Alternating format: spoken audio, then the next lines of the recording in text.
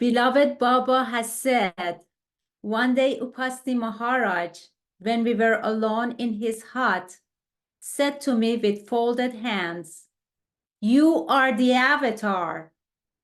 Now, though it is a fact that the avatar, God, and you all are one, yet all that I want you to do is to love me.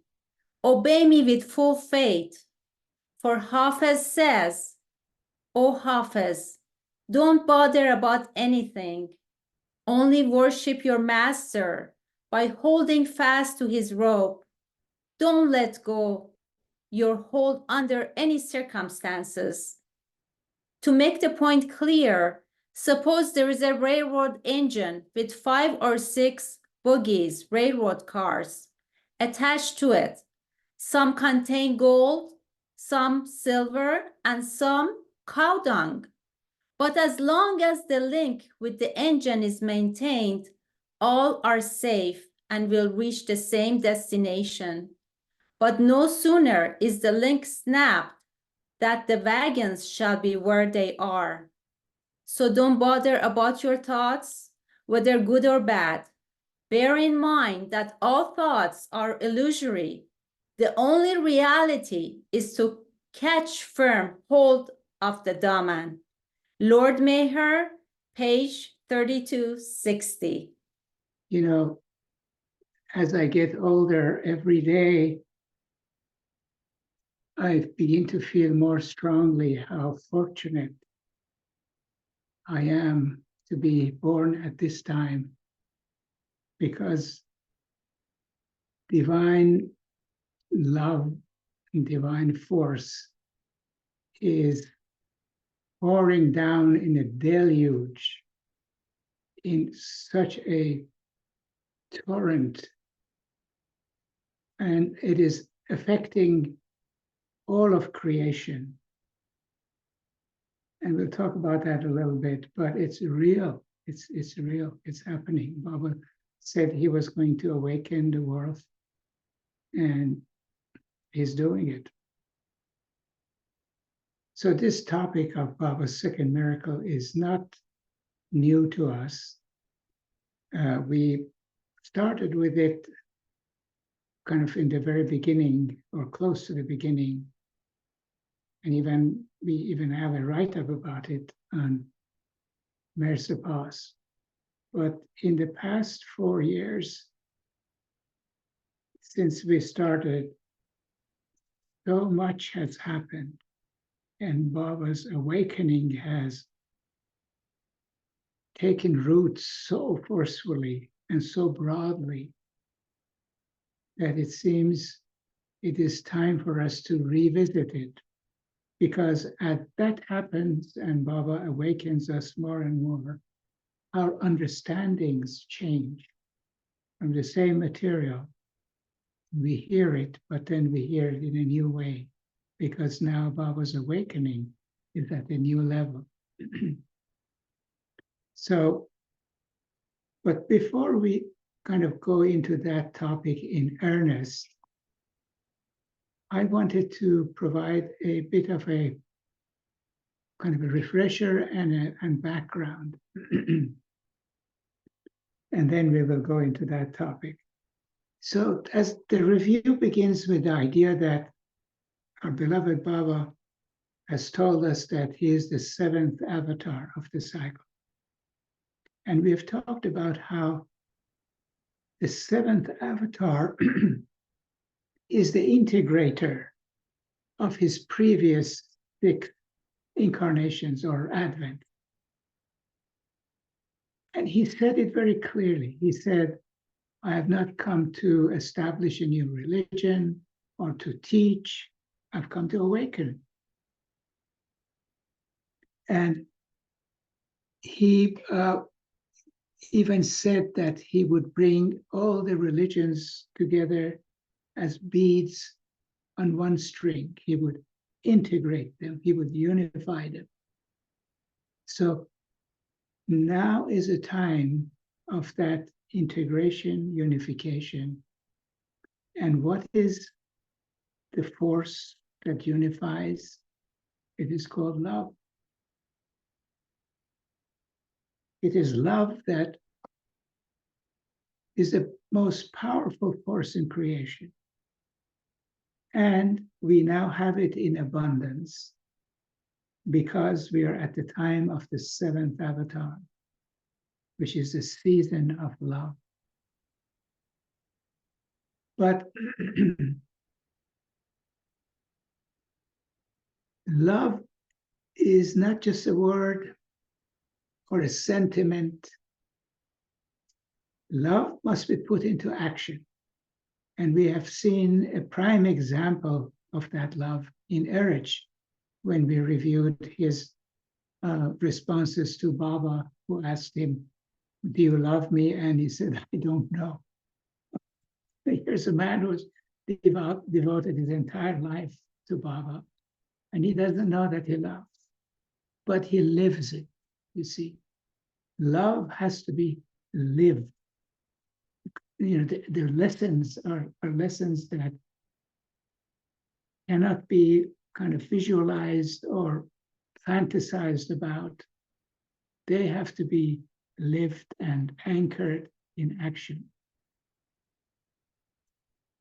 And it must be manifested. And that's why Baba would talk about his manifestation. This is the age of manifestation, which is integrating all of those through the power of love, all the previous six. The harvest from the previous six advents, harvesting the crop, the spiritual crop, integrating and through love, and then manifesting it, demonstrating it, putting into action. That's why he did away with all the, that's one of the reasons he did away with all the, rituals and practices and this and that, even with the Sufis who kind of, since anteriority of time, have had breathing exercises and all kinds of different practices. He crossed them all out. Said only one: repeat my name and think about me. That's the only practice he left, so that we will be in tune and not get distracted by anything else other than him. And the way that we demonstrate or manifest or live this love is silently. Again, the word silence, but now we're using it in the sense that there's no fanfare, there is no ochre robes, there is no kind of sitting in postures and kind of saying that we are spiritual. We live in the everyday life, in the humility of the everyday life, but in love. We live it in a different way. Just like the Pramashram boys lived an ordinary life, but in such an extraordinary way. And once they left the Pramashram and came into the world. And you see, because now is not the time to accumulate more spiritual experiences or anything else. Now is the time to release them, to unwind them. And the moment you begin to kind of focus on special rituals and practices and so forth, you are putting energy into activities that become sanskaras and add to the burden. And that is why living in an everyday life doesn't do that. But in addition, it provides the circumstances for the old sanskaras to be unwound, because the karmic law is very real, and it kind of brings to the surface all that needs to be undone, all that needs to be cleansed, and all that has been balanced through the law of karma and is now ready to be cleansed, purified, unwound. And the circumstances have to be identical to circumstances that created them. So they come to the surface, the same feelings, experiences, sometimes good, sometimes difficult. But this time, we give them back to God. We divinize them through love. We sublimate them. And by just being loving to everything, you brush your teeth. If you remember, I'm just talking to myself. I try to remember that this toothbrush, I love it so much, and it's doing such a good job. I kind of wipe my hands in a towel. Oh, how lovely this towel is. It is Baba's gift. It is Baba. I don't see the towel as Baba, but I can appreciate it. I can love it until at some point I will see Baba in the towel. But right now I don't. But so in other words, we bring love to anything that we do. Now, of course, we have to bring love to ourselves first before we can do that. And by that, I mean, we have to forgive ourselves. We have bad thoughts, we have ugly thoughts, we act in inappropriate ways. As soon as we catch ourselves, we give it to God. We give it back to God. We say, oh, Baba, these are really yours. These are not mine. And try to detach ourselves from it. Now, this is very difficult because we have been conditioned through eons of time to wind. And the only way you can wind is if you own things. But now it's the time to unown, to give up, to surrender, give everything up to Him. And so it is the awakening that Baba is bringing in this, with his new miracle, will allow us to remember more and more that everything is his and that he does really everything. That he really does everything. We still want to use the verbiage and jargon of the old that, oh, you did this so well, and, thank you very much. But deep inside, we all know that it is really Baba who's done it and is continuing to do it. Everything that happens. Now is the time to recognize it for what it is. It is Baba's, because we are finished with the learning. All of that is within us, deep within us. And now we don't have to do that anymore. We don't have to have guilt. We don't have to have guilt anymore. It comes because when sanskaras unwind, that feeling, that kind of unkinking of sanskaras creates the sensation of guilt. But then when it comes, as soon as we recognize it, we have to make an effort to uncondition ourselves and give it to God. Not in a forceful way, because the minute you force anything, you are creating sanskaras binding. So you offer it in a spirit of lightness and surrender back to God. So,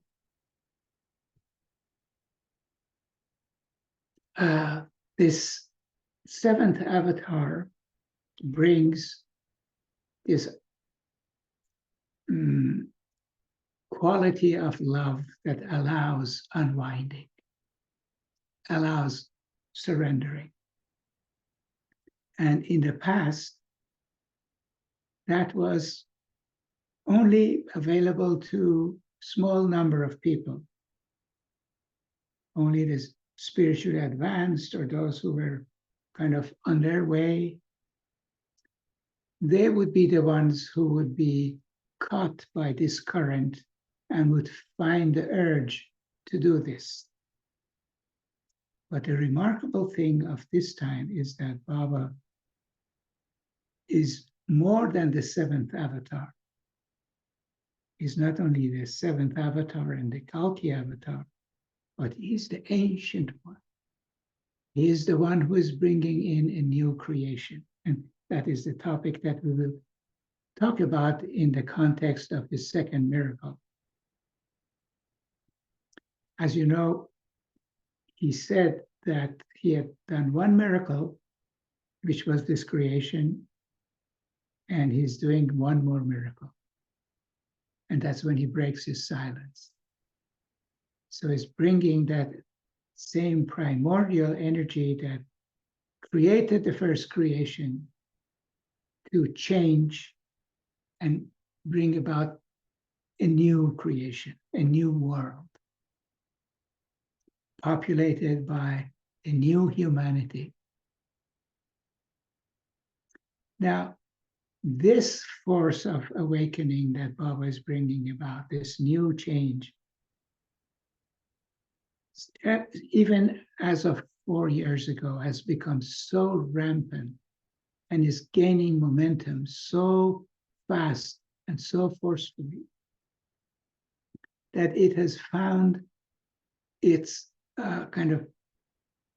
it has seeped into almost every channel and venue and aspect of life.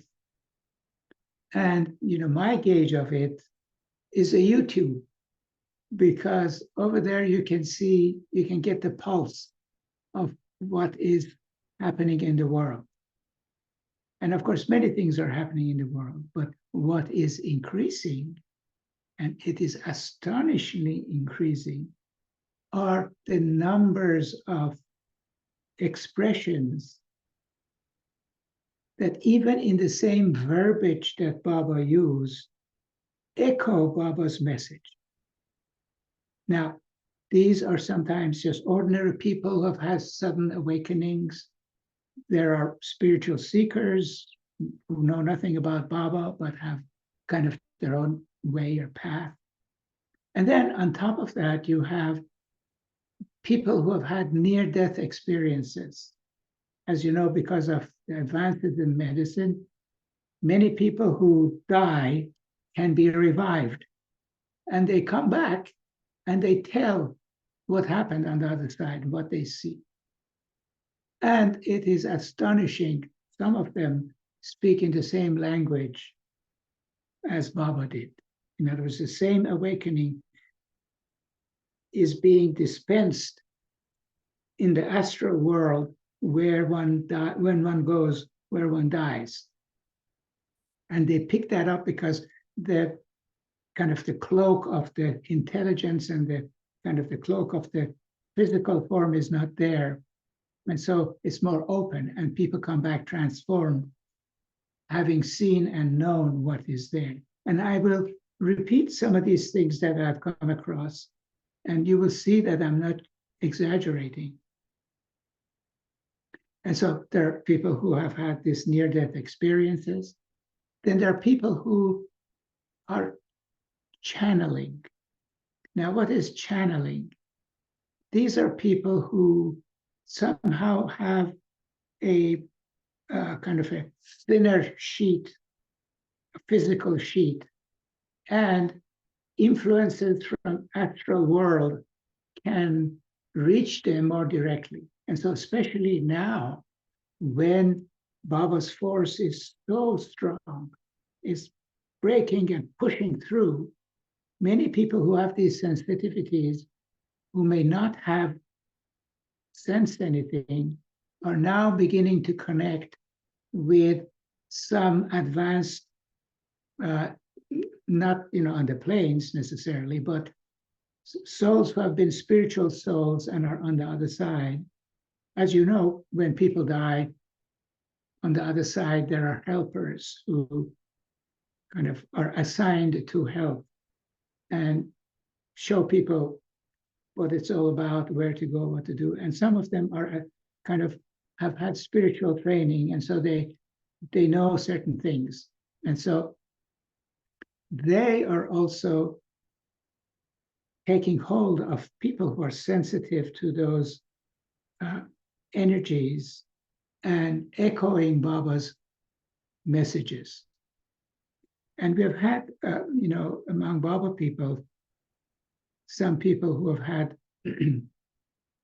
that channeling ability that they say, Baba talked to me, and or this other Indian lady who, through her son, learned about Meher Baba.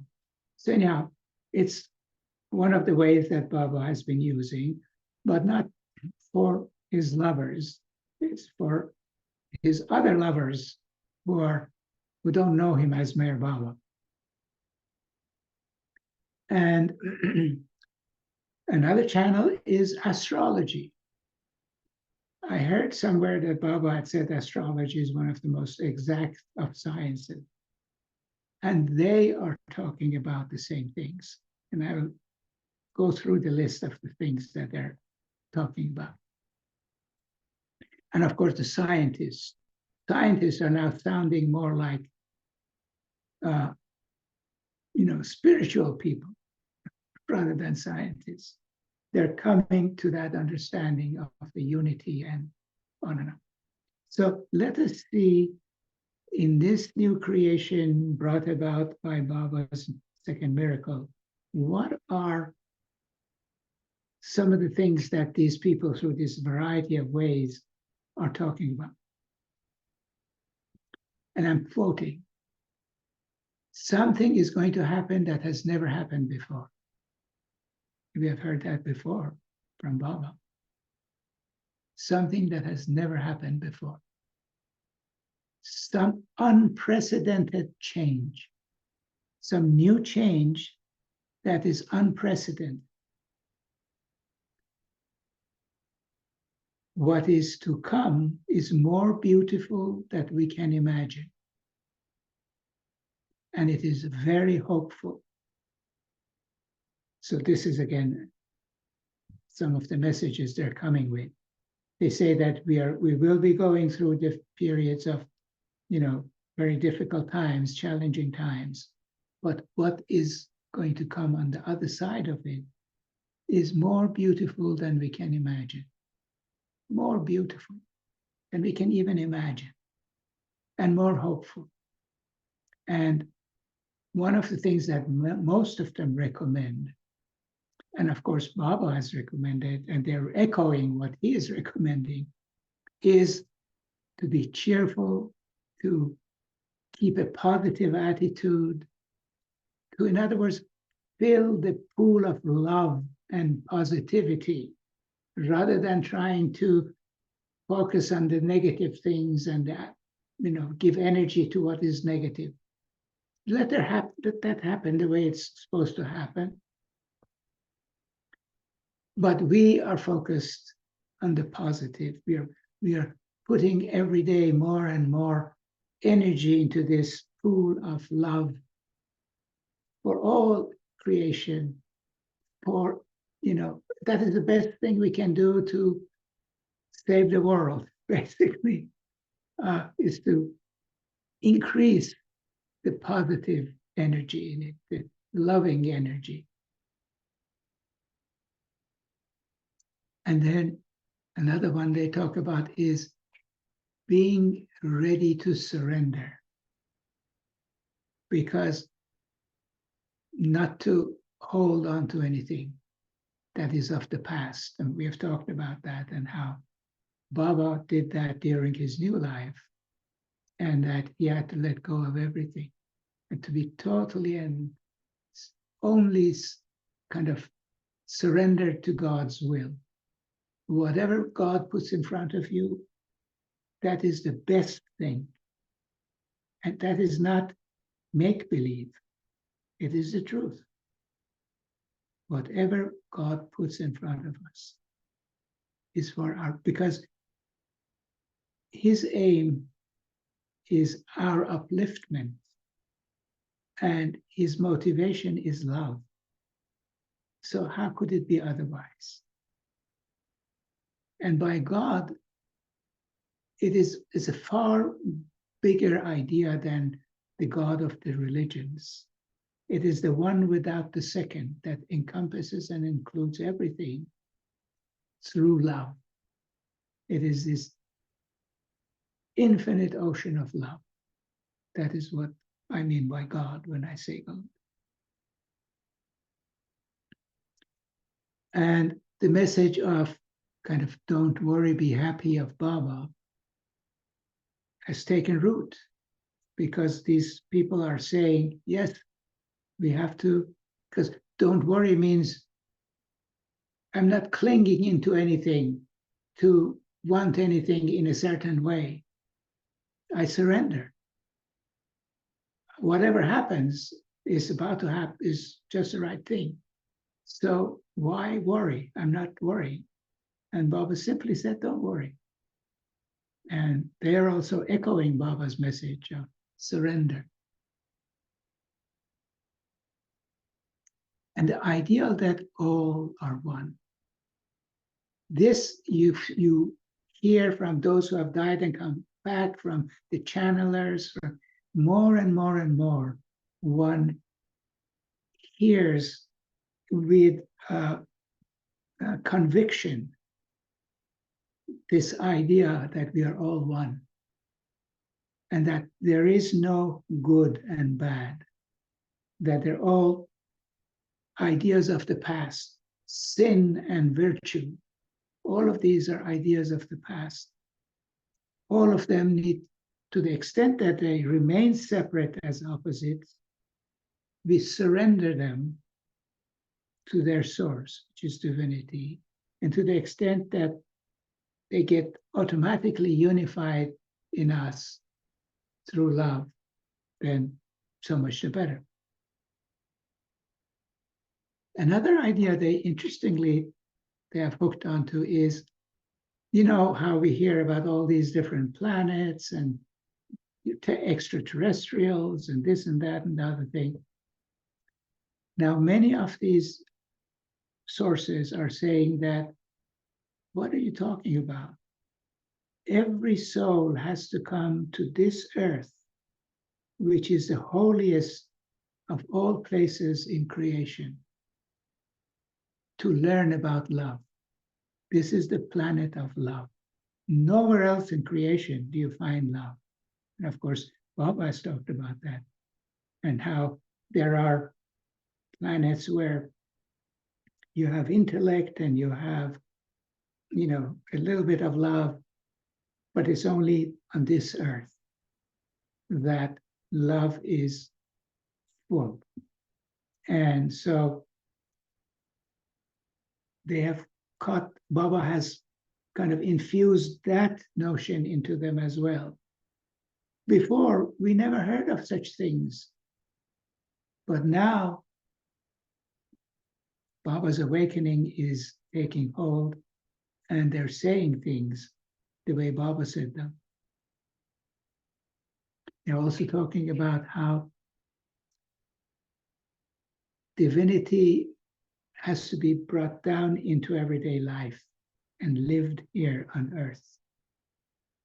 Not like the past, that they say this change is what this change is bringing about, is unlike the past when you isolated yourself from this world and you considered it dirty and bad and low and tried to go into some other place, some other dimension.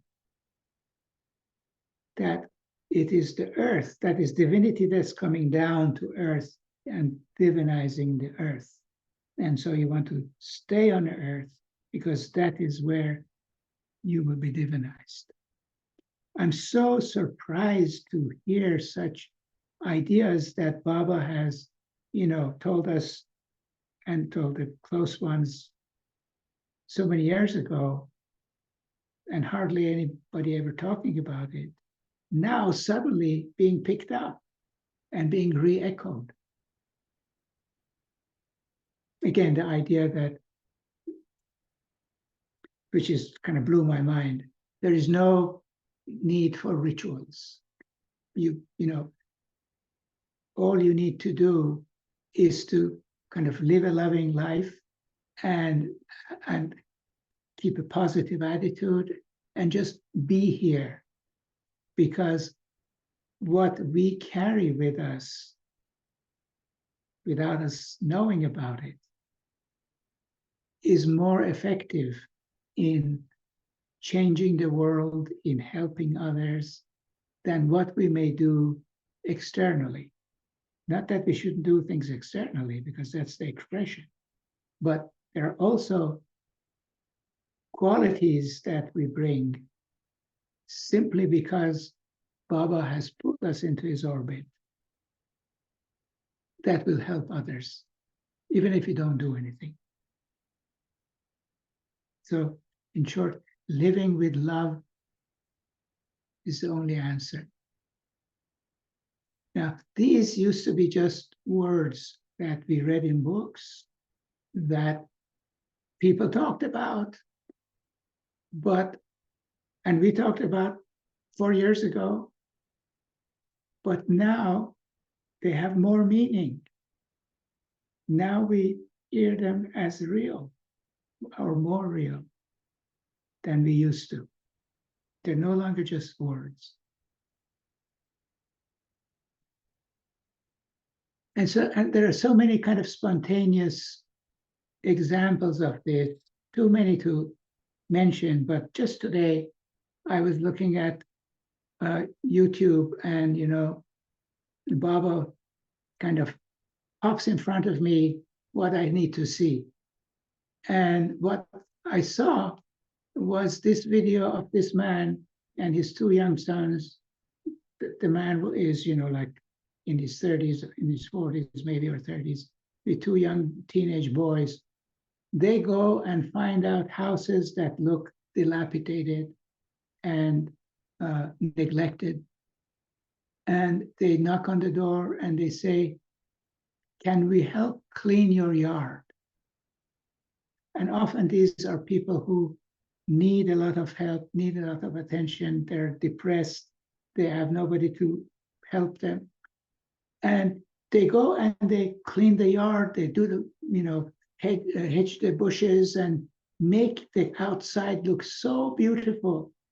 And it is so uplifting to the person who has been so downtrodden and so depressed to come out and see his beautiful yard, and to kind of think that there are actually people who care.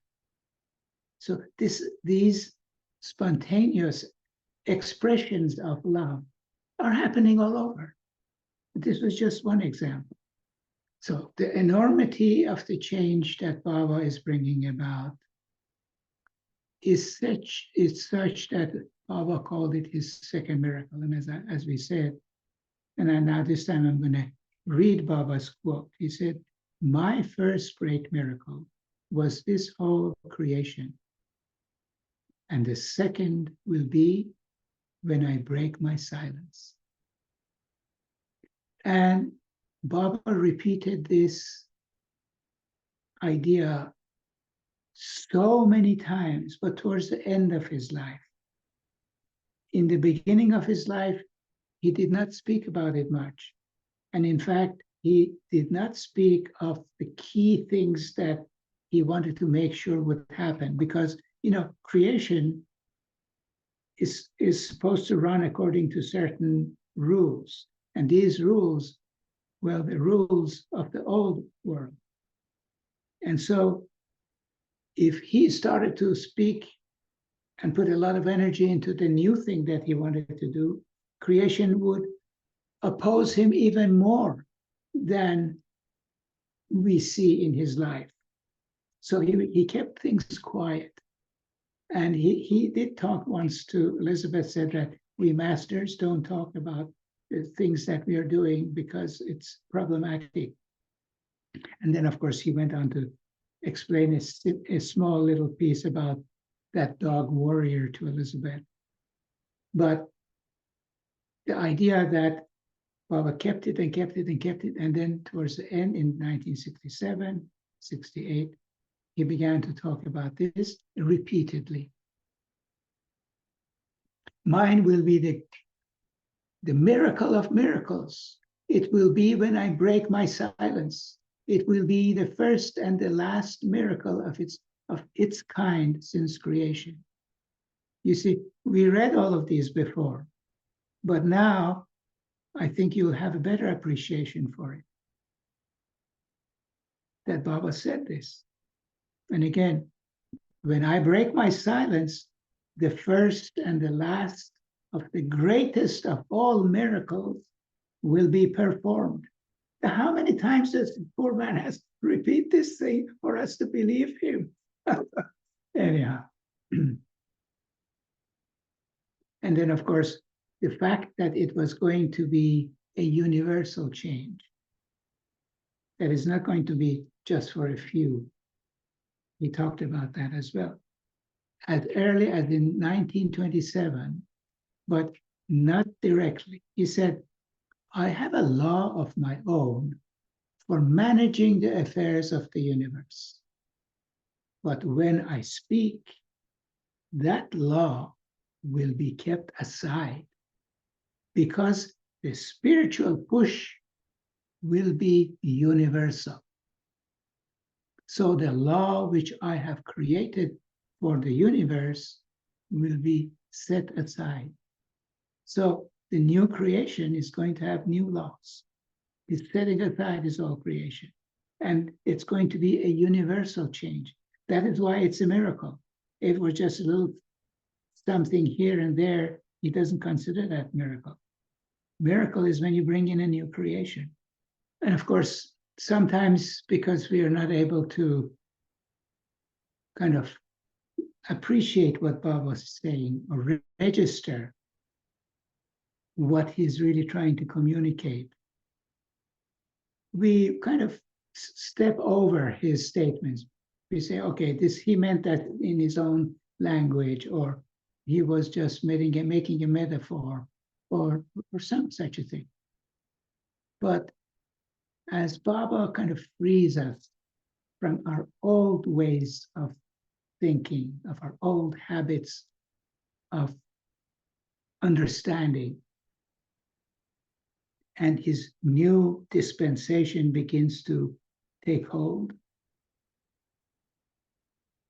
it is then that we begin to register that what he is saying is our concrete statements of truth with the capital T. That he wasn't exaggerating, he wasn't creating a metaphor, he wasn't romanticizing.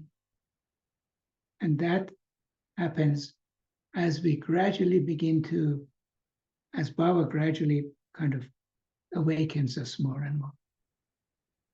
So let's stop here and see if there are any questions or comments. Hey, Bob, everybody. I do, and this is like a practical one. So, Farhad, you were saying that even our presence, because we know Baba, lends an atmosphere that can be uplifting or part of that change.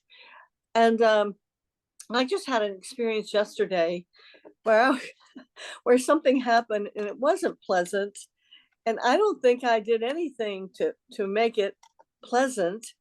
And I just wonder, how do we know it was just a clash, mostly having to do with masks in a grocery store. I mean, it was really stupid.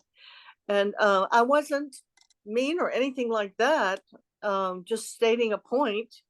And I had this terrible reaction from somebody. So I guess the question is not that particular incident, but when we're out in the world and things like that are happening that are negative, how in the world do we know that we're doing anything that helps, that's in that line of prim, is what I'm trying to say. So you said our presence can help with that universal change and upliftment. Yeah, because Baba said so. He said, just love me. And through that love, I can use that love for my own purposes. See, the minute we begin to kind of try to direct it in one way or another, then it's our agenda. That's why surrender becomes so important, is that we kind of go about our life and do the best we can, and not try to have an agenda about what change we want to bring together. You know, we get into an altercation with somebody that may in some way stir the inside of that person in ways that are helpful. How do we know?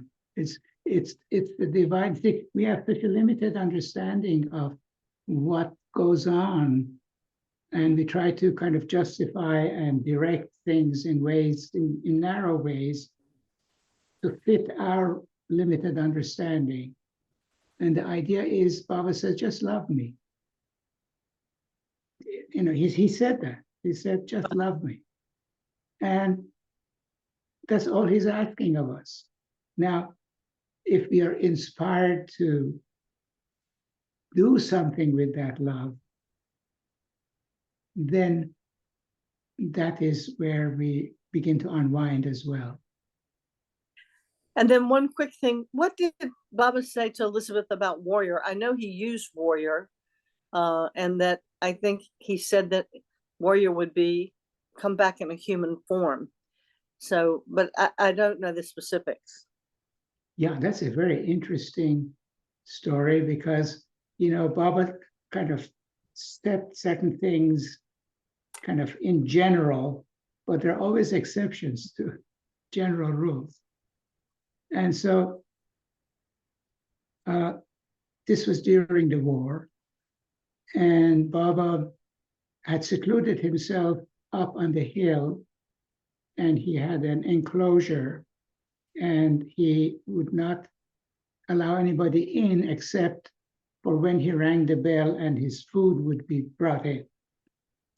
At that time, this stray dog, which was very sick, shows up, and Elizabeth, who just loved dogs, said, asked if she could take care of him, if they could have, you know, bring the dog in. And Baba said, okay, you know, you take care of him, but he's going to be my dog. And so they took care of the warrior, and he got ill, and they took him to the vet, and he came back, and then after a few days, the warrior died. And of course, Elizabeth was very upset. And Baba would periodically leave his enclosure and go and spend time with the women who were up on the hill, in the building on the hill. So on one of these occasions, Baba said, well, let me tell you about warrior. I know that you're upset, and that, you know, we usually, masters don't talk about such things because, you know, creates complications. I don't remember the exact words, I'm paraphrasing much of this, but you can read it in Lord Meher. And then Baba went into explaining the different levels of gnosis, from instinct to reason to intellect to inspiration to intuition to, you know, on and on. It explained all of these, and then he said the consciousness of dogs is at a certain level. I don't remember which level he said, but is at a level that has a certain universality.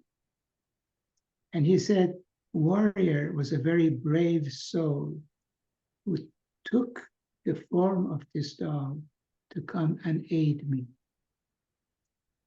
And he was of great help to me.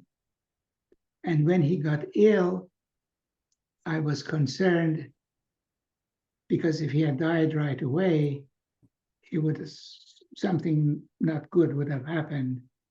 And I was very happy that he recovered and stayed with us for, I don't know, 3 days or whatever it was. And he said, and I gave him realization. So there you have it.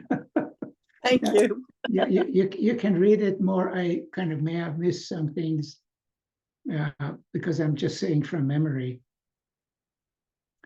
It's in Lord Mayor, if you look the years of the war, 42, 43, something like that, you'll be in there.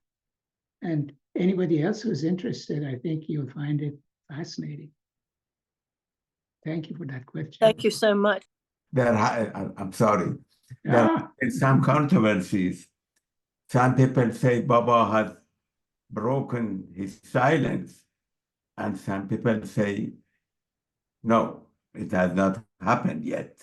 So I'm wondering what would be your response to this question? I think, what do you think Baba would have said to that? I think, Baba likes diversity, because without diversity, we don't have unity. Unity has no meaning unless there's diversity. So it's good for people to have different perspectives. So some people say he did break his silence, some people say he didn't. And to be dogmatic about it is not really, we don't know. But we can kind of say that, well, every time he said he was going to break his silence, he actually broke it. That as he said, he breaks his silence individually in every heart, and that there is a global breaking as well, and that the global breaking is going to be kind of a divine event of great proportions, which is this new creation that he has referenced, and that is not something that happens in an instant. Our idea of time is so ridiculous. Eons and eons and billions and trillions of lifetimes are just this creation. And there have been trillions of other creations.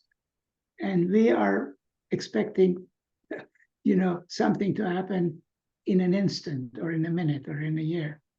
So as we begin to think more broadly, as we begin to accept the idea that diversity is a good thing, that we can have yes and no at the same time, that he could be breaking and still continuing to break, or not having broken, or whatever. That all of these ideas are not different from each other, and find that kernel of unity that lies underneath it.